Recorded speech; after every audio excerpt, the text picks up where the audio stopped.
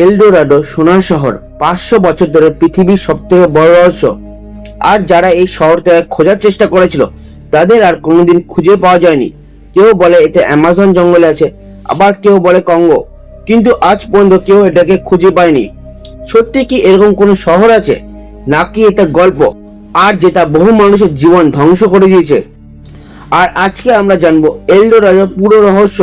তো চলুন সবার আগে জেনে নিই এলডোরাডো শব্দের অর্থ কি। এলডোরাডো একটা স্প্যানিশ শব্দ যার অর্থ হলো সোনালী। আর বলা হয় থাকে এই শহরটা পুরো সোনা দিয়ে তৈরি। আর বলা হয় থাকে এখানকার বাড়ি সোনার ছিল, রাস্তাও সোনার ছিল, আর লোকেদের দৈনন্দিন ব্যবহারের জিনিসও সোনার ছিল। আর মজার ব্যাপার হলো সেখানকার রাজা প্রতিদিন নিজেদের শরীরে সোনার ধুলো লাগাতো, আর প্রতিদিন সেই ধুলো একটা পুকুরে স্নান করে ধুয়ে ফেলতো। 16 শতকে যখন একদল স্প্যানিশ সৈনিক আমেরিকায় পৌঁছেছিল তখন তারা স্থানীয় লোকেদের থেকে এই গল্পটা শোনে, আর সেখান থেকে এই এলডোরাডোর গল্প পুরো পৃথিবীতে ছড়িয়ে পড়ে। আর তারপর থেকে এর খোঁজ শুরু হয়, যে খোঁজের ফলে হাজারো মানুষ নিখোঁজ হয়ে যায়। 1537 সালে স্পেনের সৈন্যরা যখন কলম্বিয়ার একটা জনজাতিকে হারায় তখন তারা সেখানকার বন্দীদের জেরা করেছিল। আর তখন একজন বয়স্ক মানুষ এই আজব গল্প বলে। সে বলে একটা ঝিল আছে যেখানে একটা বিশেষ উৎসব হতো। যখন কোনো নতুন রাজা হতো তখন তার পুরো শরীরে সোনা দিয়ে ঢেকে দেওয়া হতো, আর সেই রাজা একটা নৌকা করে পুকুরের মাঝখানে যেত আর সেখানে ঝাঁপ মারত, যার জন্য সমস্ত সোনা জলে ডুবে যেত। আর এই গল্পটা শুনে তারা অবাক হয়ে যায়, আর তারা ভাবতে শুরু করে যদি প্রতিবার এত সোনা নদীতে ফেলা হতো তাহলে সেখানে কত সোনা থাকবে, আর এত সোনা যদি একটা উৎসবে ব্যবহার করা হতো তাহলে সেই শহরে কত সোনা থাকবে। আর এর থেকে এলডোরাডোর খোঁজ শুরু হয়, আর শুরু হয় ইতিহাসের সব থেকে ভয়ঙ্কর যাত্রা। সবার আগে 1537 সালে গুনজালো ইমেলেস দি কোয়াজা নামের একটা স্পেনিশ কমান্ডার তার প্রায় 900 জন সৈনিককে নিয়ে এলডোরাডো খোঁজার জন্য বেরোয়। সে ভেবেছিল এই শহরটা কলম্বিয়ার কোনো পাহাড়ে লুকিয়ে আছে, আর সেই জন্য সে তার সৈন্যদের সাথে জঙ্গলে ঘুরতে থাকে। আর রাস্তায় তারা পায় বিষাক্ত নদী, ভয়ঙ্কর জানোয়ার আর আদিবাসী শত্রুরা। কিন্তু তারপর একটার পর একটা সৈনিক মরতে থাকে, কিছু লোক খিদের কারণে, কিছু লোক রোগে। আর 6 মাস পর সে যখন ফিরে আসে তখন শুধু 200 জন বেঁচে ছিল, আর বাকি 700 জন মারা যায়। কিন্তু এখানে একটা প্রশ্ন হলো, সে কি এলডোরাডো পেয়েছিল? এর উত্তর হলো না। সে কিছু সোনার টুকরো পেয়েছিল, কিন্তু সেই সোনার শহর সে পায়নি। কিন্তু কুয়াশা হার মানেনি। সে দাবি করেছিল সে সেই পবিত্র ঝিলটা খুঁজে পেয়েছিল যার নাম গুয়াতেভিয়া। সে বলে সমস্ত সোনা এই ঝিলের নিচে আছে, আর আমরা যদি সমস্ত সোনা পেতে চাই তাহলে আমাদের এই ঝিলটাকে শুকাতে হবে। আর এখান থেকে শুরু হয় এক নতুন রহস্য। লোকেরা সেই ঝিলকে খালি করা শুরু করে, আর এই ঝিলটা এতটা গভীর যে কেউ এই কাজে সাফল্য পায়নি। আর এরপর শুরু হয় সব থেকে ভয়ঙ্কর অভিযান।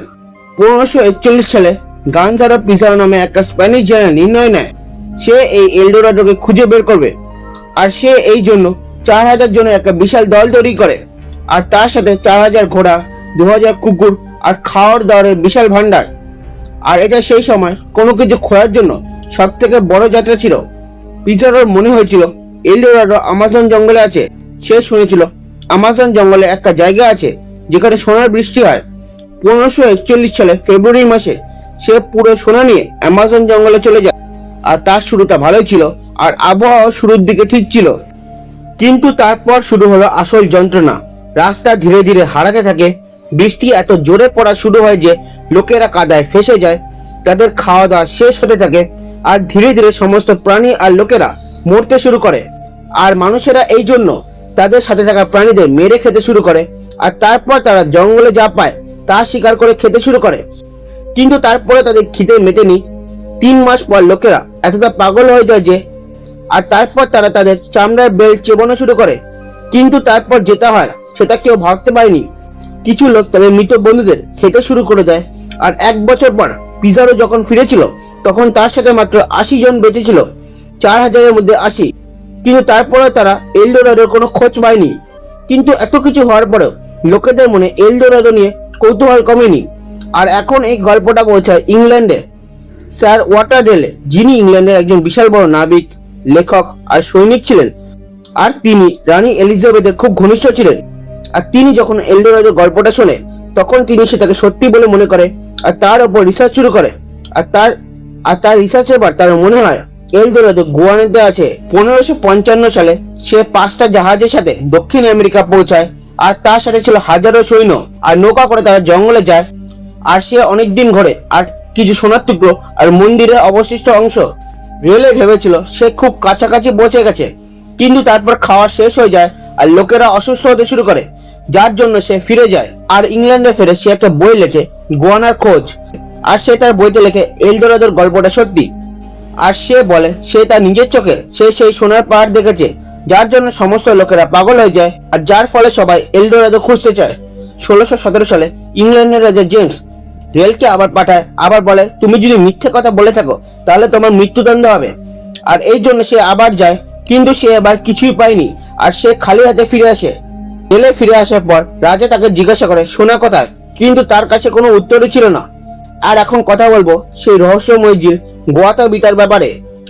আর এই গল্পটা যদি সত্যি হতো তাহলে সমস্ত সোনা সেই ঝিলেতে থাকতো। 1545 সালে স্প্যানিশ লোকেরা প্রথমে এই ঝিলটাকে খালি করার চেষ্টা করে, আর তারা এই কাজের জন্য হাজারো লোককে লাগায়। তারা বালতি বালতি জল বের করে, কিন্তু লাখো চেষ্টার পর কিছুটা জল কম হয়, আর ঝিলের কিনারায় কিছু সোনার টুকরো পাওয়া যায়। আর যার জন্য লোকেদের আরো বিশ্বাস বেড়ে যায়, যার ফলে কাজের গতিও বেড়ে যায়। কিন্তু সেই ঝিলটা প্রচুর গভীর ছিল, আর বৃষ্টির জন্য সেই ঝিলটা আবারও ভরে যায়। 1580 সালে একটা ব্যবসায়ী সেই ঝিলটাকে খালি করার জন্য একটা নতুন উপায় বের করে। সে সেই ঝিলের পাশে একটা ড্রেন বানায়, যাতে সব জল বেরিয়ে যায়। আর 3 মাস কাজ করার পর জল অনেকটাই কমে যায়, আর তারপর সেই ঝিলের কাছে অনেক সোনার গয়না পাওয়া যায়। আর তারপর এমন কিছু হলো যেটা দেখে সবাই অবাক হয়ে যায়। ঝিলের একটা দিক ধসে যায়, যাতে 50 জনের বেশি মজদুর মারা যায়, আর ভয়ের কারণে বাকি মজদুররা পালিয়ে যায়, আর যার জন্য কাজ বন্ধ হয়ে যায়। আর আজও গোয়াতেভিয়া ঝিল তেমনই, আর তার নিচে হয়তো অনেক সোনা আছে, কিন্তু সেটা বের করা অসম্ভব।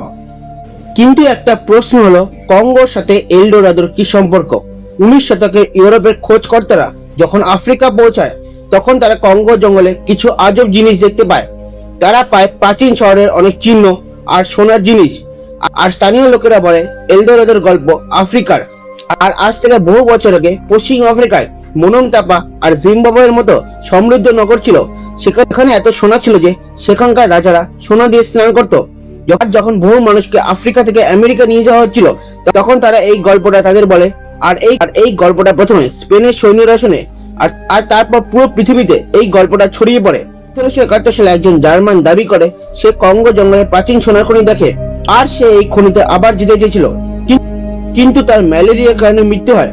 আর আজও কঙ্গোর জঙ্গলে এমন অনেক জায়গা আছে যেখানে কেউ যায়নি, কেউ জানে না সেখানে কি লুকিয়ে আছে। এলডোরাদোর খোঁজ 20 শতকেও চলেছিল। 1925-এ পসি ফয়েড নামে একজন ব্রিটিশ খোঁজকর্তা ব্রাজিলের জঙ্গলে ফেসে যায়, আর তার কাছে একটা পুরনো পর্তুগিজ দস্তাবেজ ছিল, আর যেখানে একটা হারিয়ে যাওয়া শহরের কথা বলা হয়েছে। ফেসেক এই শহরটাকে জিতে নাম দেয়, আর সে নিশ্চিত ছিল এটাই এলডোরাদো। সে তার ছেলে আর তার ছেলের বন্ধুর সাথে এই জঙ্গলে যায়, আর 29 মে 1925 সালে সে শেষ চিঠি লেখে।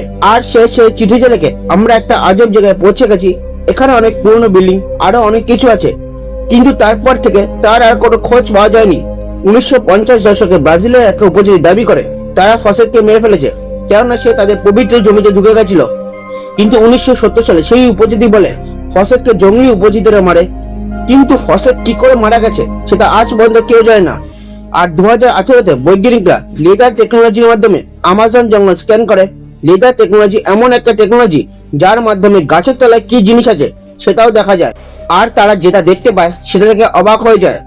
আর তারা দেখতে পায় প্রাচীন শহরের অনেক অবশেষ, অনেক বিল্ডিং, প্রাসাদ, পিরামিড, রাস্তা, সবকিছু।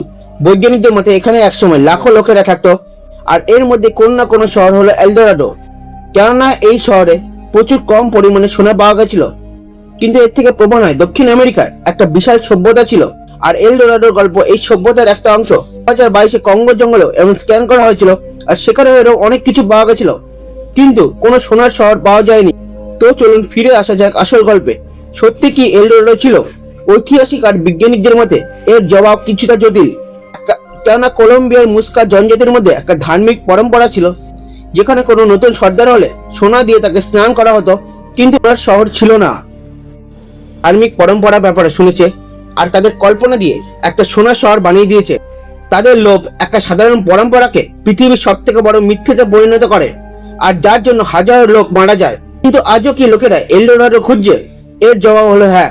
ইন্টারনেটে আজও বহু লোক সার্চ করে এলডোরাডোর ম্যাপ, আর প্রতি কিছু পাগল খোঁজকর্তা এই জঙ্গলে এলডোরাডো খোঁজার জন্য আসে। আর তাদের মধ্যে অনেকে ফিরে আসে, আবার অনেকে নয়। 2015 সালে একজন ফ্রেঞ্চ খোঁজকর্তা ইউটিউবে একটা ভিডিও আপলোড করে, যেখানে সে বলে সে সোনার মূর্তি দেখেছে। লাখো লোক সেই ভিডিওটা দেখে, কিন্তু লোকেরা যখন তার কাছে প্রমাণ চায় সে অদৃশ্য হয়ে যায়। আর আজ পর্যন্ত জানা যায়নি এই ভিডিওটা সত্যি না নকল। আর আজও লোকেরা এলডোরাডোর খোঁজ করার জন্য মারা যাচ্ছে। এলডোরাডো খোঁজার জন্য সব থেকে বেশি ক্ষতিগ্রস্ত হচ্ছে জঙ্গলের স্থানীয় লোকেরা। কেননা স্পেনের লোকেরা একটা পুরো জনজাতি ধ্বংস করে দেয়, যার জন্য লাখ লাখ লোক মারা যায়, আর তাদের সংস্কৃতি, তাদের ভাষা সবকিছু শেষ হয়ে যায়।